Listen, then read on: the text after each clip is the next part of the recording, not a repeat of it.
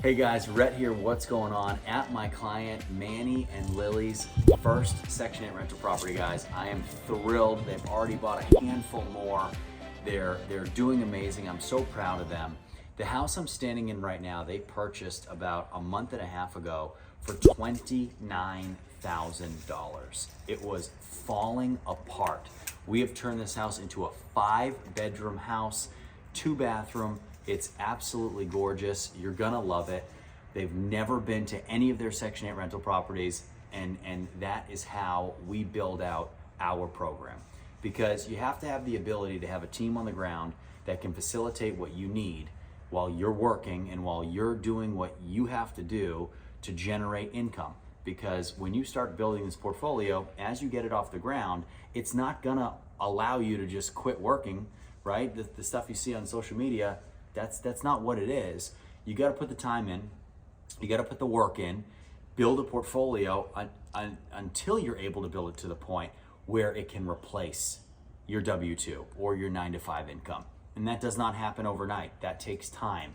You have to build a portfolio. In order to do it, you have to usually get out of the market you're in and do it out of state. And if you're going to be an out-of-state investor, you need boots on the ground. You need people that specialize in this kind of thing, that have a vertically integrated system with construction, property management, insurance, lending, everything, which we do. It's a one-stop shop. If you guys are interested in that, send me an email in the description below. We'll get you started, get you set up just like this. So I wanna walk through it. $29,000, guys. We did everything here. Added bedrooms, roof, plumbing, brand new electrical, you name it, we did it. Come on in, I wanna walk you through it. So brand new steel door on the exterior, okay? Keep in mind, we're probably about 92% of the way done here. It needs finished touch-up work, it needs finished paint work, it needs a little bit of drywall work, it needs the final electrical set out with switches, plugs, and fixtures. So it needs some small stuff. I'm gonna point out still kind of what it needs, but you'll see that, like for instance here, we got to touch up paint these. Only the first coat's been done here and on the inside on the trim. So all the trim needs to be touched up as well. You'll see that all the light switches, everything, all the wiring's brand new, all the casings are brand new, but there is nothing to switch. So as you can see, guys, all new, brand new LVP throughout this whole place. You walk in here, okay, and you'll see little drywall work, sheetrock repairs, things like that, trim, just like that. So anyway, you walk in here and you have your living room. So a little bit of a smaller living room in this house. We went for a bedroom maximum because in this area, the ARV for 5 bedrooms was absolutely through the roof. So we had to find a way to create 5 bedrooms here. And in order to do that, we sacrificed a little bit of living room space. And what we did because of that was we made the bedrooms a little bit bigger. So a little bit bigger bedrooms, a lot of B's there. A little bit bigger bedrooms and sacrificed a little bit of space in our living room to make the bedrooms bigger. So right off of our living room, we have bedroom number 1. So bedroom number 1, okay, built a closet right here, good size, a lot of natural light, a lot of windows. It came out really nice. You're looking at a lot of brand new walls. So this is a brand new wall right here. This is a brand new wall right here. That's a wall, this entire thing. So brand new casing for the door frame as well. You walk back through the living room and you have bedroom number 2. So bedroom number 2, built a closet right here. None of this existed. This was a big, wide open space. So all 3 walls in here, 1, 2, 3, are all new walls. You walk back through here, you're in a hallway. I actually forgot there's another bedroom at the front of the house. Okay, so we built this as well. So this is also a bedroom, a little bit smaller bedroom on this side. So we have our 3rd bedroom right at the front of the house here. So you've got bedroom 1, bedroom 2, bedroom 3, all at the very front, okay? And then as you walk down your hallway, you've got bedroom 4 on your right. Very, very large bedroom here. So as you can tell, no outlets, no switches, no fixtures, but all brand new wiring. That's our wired and smoke detector right there. We have our closet, brand new doors throughout the entire house as well. Everything here, guys. I mean, you think about buying a house for $29,000 in 2024.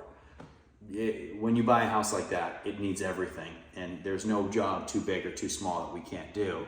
and we can turn them out like this in a very record time. So as we walk through here, bedroom 5 on your right. So we've got bedroom 5 right here, okay?